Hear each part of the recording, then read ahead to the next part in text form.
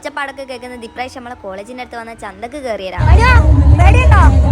പിന്നെ ഓന്റെ എക്സ്പ്രഷൻ കണ്ടാ വിചാരിക്കും ഒരു പേടിയില്ലേനു. ഇവളാണെങ്കിൽ കേറി നേരം പോകുന്ന വൈക്കുന്നൊക്കെ വ്ലോഗ് എടുത്തിട്ടാ പോകും. അതിന്റെ ഇടക്ക് നോക്കിയാൽ ഫസ്റ്റ് ചുറ്റിക്കൽ ഞാൻ ഫ്ലാഷ് അടിയുന്നുണ്ടേ. പിന്നെ അങ്ങോട്ടുള്ളതിലും ഫോണും ഇല്ല ഫ്ലാഷും ഇല്ല. മൂപ്പർ തന്നെ ഒരു വിധായി. വീഡിയോ കാണുന്ന പോലെ മുടി വറക്കുന്ന പോലെ ഓൾ തന്നെ പറഞ്ഞിരിക്കാനൊന്നും അത് കഴിഞ്ഞാൽ പറഞ്ഞു വിചാരിക്കും ഞാനോ